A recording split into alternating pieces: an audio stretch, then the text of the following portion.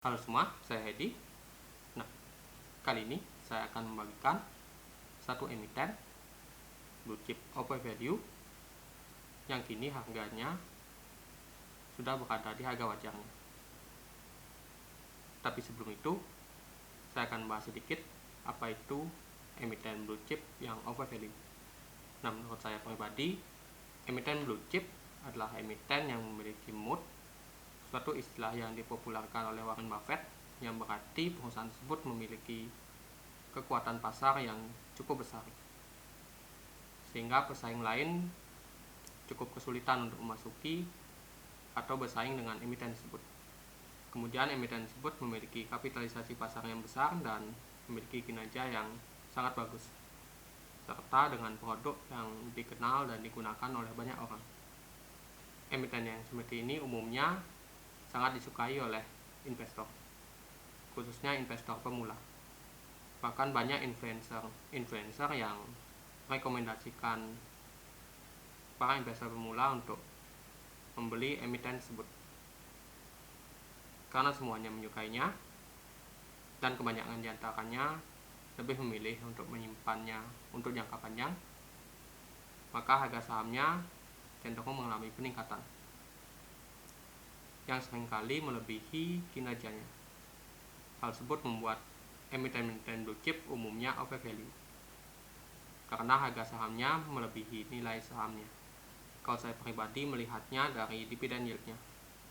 Kebanyakan emiten blue chip memiliki dividen yield di bawah 3%, sehingga saya pribadi menganggapnya sebagai overvalue.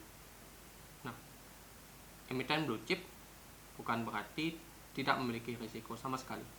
Selain risiko perubahan peta persaingan bisnis, juga terdapat risiko harga sahamnya mengalami koreksi, khususnya pada emiten blue chip yang overvalue. Cepat atau lambat, emiten blue chip yang overvalue tersebut pasti akan mengalami koreksi. Hanya saja koreksi tersebut tidak langsung menurun seperti emiten lapis kedua atau lapis ketiga, melainkan mengalami sideways atau harga sahamnya terus mendatar, tidak naik dan tidak turun. Namun dalam beberapa kasus cenderung mengalami penurunan. Hal tersebut dikarenakan oleh masih terdapat tarik ulur antara investor yang percaya dengan emiten tersebut karena dianggap memiliki kinerja yang bagus, pangsa pasar yang luas, produknya dikenal banyak orang, dan memiliki ROE yang tinggi, dengan orang yang kurang menyukai valuasi dari emiten tersebut, sehingga masih ada tarik ulur antara jual dan beli. Itulah yang membuat harga sahamnya cenderung sideways. Sideways tersebut bisa berlangsung sangat panjang. Contohnya pada emiten ASCI yang sudah mengalami sideways sejak kurang lebih tahun 2011 hingga saat ini. Padahal seperti yang kita tahu sendiri, ASCI atau Astra International merupakan perusahaan yang besar yang memiliki beragam produk kendaraan bermotor yang digunakan oleh sebagian besar penduduk Indonesia.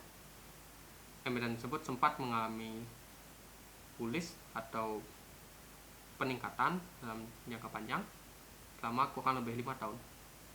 Meskipun tidak selamanya, periode bullish atau peningkatan harga saham dalam jangka panjang tersebut bisa berbeda-beda tergantung emitennya dan kepercayaan investor terhadap emiten tersebut. Ada yang tidak lama seperti ASCI yang mana mengalami periode bullish selama kurang lebih 5 tahun.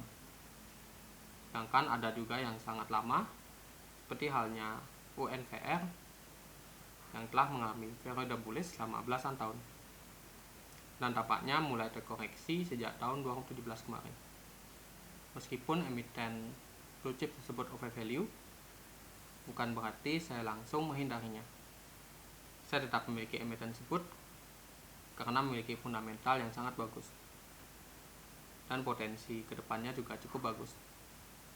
Namun saya memilikinya dalam porsi yang lebih sedikit dibandingkan dengan emiten lain yang under value atau berada di harga wajarnya. Misalkan pada setiap emiten yang memiliki harga wajar atau under value, saya batasi maksimal 10 juta per emiten.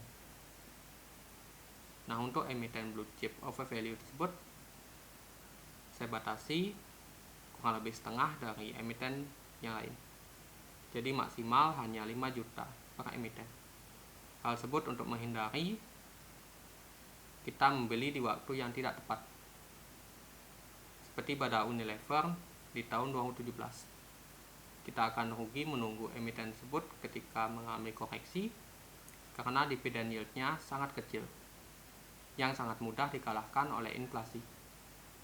Jadi ketika saya membatasi kepemilikan saya pada emiten blue chip over value tersebut, ketika mengalami koreksi,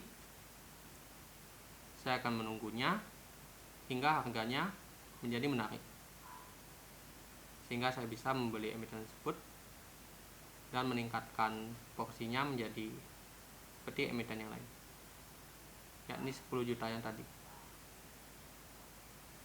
Jadi saya mendapatkan dua keuntungan dari hal tersebut,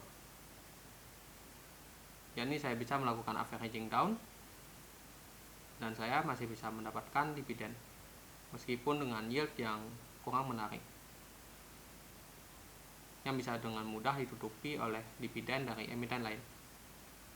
Dan saya rasa untuk saat ini emiten Unilever tersebutlah yang merupakan emiten blue chip over value yang saat ini harganya bisa dibilang under value. Karena jika saya estimasikan bahkan dengan laba bersih triwulan pertama tahun 2021 yang mengalami penurunan, dividen yield-nya masih kurang lebih 3,2%. Saya cukup percaya diri mengingat dividen pada rasio emiten Unilever ini kurang lebih 100%, yang berarti bisa dikatakan seluruh laba bersih perusahaan dibagikan kepada pemegang sahamnya. Kita tentu tahu perusahaan Unilever ini yang merupakan salah satu perusahaan yang paling dikenal di Bursa Efek Indonesia, dan juga produknya digunakan oleh banyak orang. Perusahaan ini merupakan perusahaan asing yang berasal dari Belanda dan Inggris. Dari valuasi PE rasio dan PBV-nya, tentu emiten ini sangat overvalue, yakni dengan PBV-nya sebesar 31,11 dan PE rasio sebesar 28,49. Namun ada hal yang sedikit berbeda pada emiten ini, khususnya pada cara Unilever melakukan bisnisnya. Hal tersebut yang membuat emiten ini sangat overvalue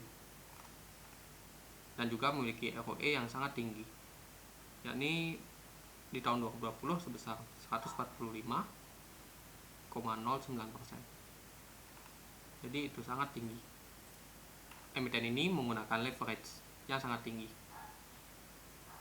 Leverage berarti hutang. Unilever menggunakan hutang untuk membeli bahan baku dari supplier dan akan membayarnya ketika bahan jadinya sudah terjual. Hanya emiten yang memiliki mood yang sangat bagus saja yang bisa melakukan hal ini, karena produknya hampir pasti akan laku di pasaran. Sedangkan kita lihat dari secara jangka panjang, penjualannya terus mengalami peningkatan. Namun sejak tahun 2017 tampaknya pertumbuhannya mulai mengalami pelambatan. Begitu pula dengan laba bersihnya. Dan bahkan di tahun 2020 laba bersihnya mengalami penurunan. Kemungkinan besar akibat penurunan ekonomi di tahun 2020. Dan laba bersihnya terus menurun pada triwulan pertama tahun 2021. Dari harga sahamnya kita bisa melihat sejak tahun 2003 terus mengalami peningkatan. Dan sejak tahun 2017 mulai mengalami penurunan hingga saat ini, yang bahkan harga sahamnya pada saat ini lebih rendah dibandingkan dengan titik terendah penurunan harga saham Unilever pada saat market crash di bulan Maret 2020 kemarin. Hal tersebut menyebabkan PEV dan PE rasionya juga ikut mengalami penurunan, yang berarti emiten ini tengah mengalami koreksi. Ketika grafik PBV dan PI rasionya cenderung mengalami peningkatan, itu berarti peningkatan harga sahamnya lebih cepat dibandingkan dengan pertumbuhan kinerjanya, baik itu laba bersih maupun ekuitasnya. Dan sebaliknya, apabila mengalami penurunan, berarti perubahan harga sahamnya atau penurunan harga sahamnya lebih cepat dibandingkan dengan perubahan laba bersih dan ekuitasnya. Mungkin laba bersih dan ekuitasnya tetap mengalami peningkatan, sementara harga sahamnya mengalami penurunan, atau laba bersihnya mengalami penurunan namun hanya sedikit. Dari segi neraca juga tampaknya tidak berubah banyak, mengingat seluruh laba bersihnya dibagikan kepada pemegang sahamnya, sehingga ekuitasnya tidak banyak berubah, melainkan yang meningkat hanyalah liabilitasnya saja atau hutangnya.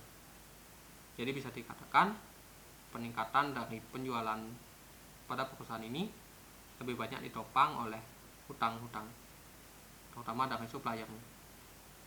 Emiten ini tergolong rutin memberikan dividen dengan yield yang sejak tahun 2014 di bawah 3%, yang berarti cukup overvalue.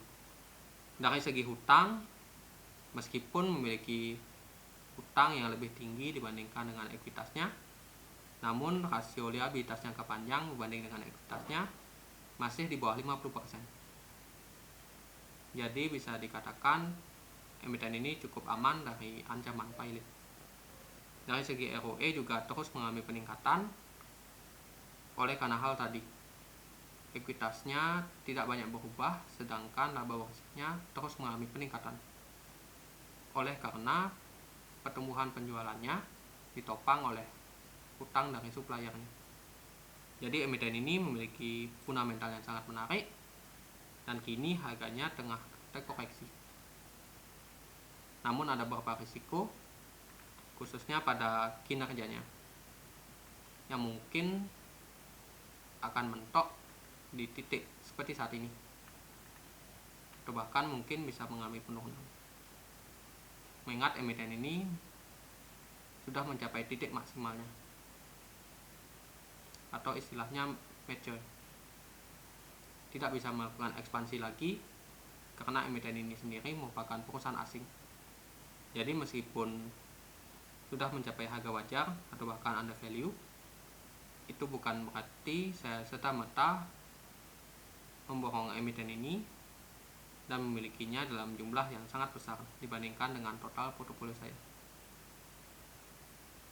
Saya sangat membatasinya dan memastikan emiten Unilever ini kurang lebih sama seperti emiten lain yang memiliki valuasi yang under value. Jadi mungkin itu saja pembahasan singkat dari saya tentang emiten Unilever ini, yang merupakan emiten blue chip yang dulunya overvalue. Saya tidak bermaksud memberikan rekomendasi ataupun tidak merekomendasi. Kita tetap harus melakukan analisa sendiri sesuai dengan preferensi masing-masing. Segala keputusan atau tindakan yang diambil berdasarkan informasi dari video ini tetap menjadi tanggung jawab pribadi.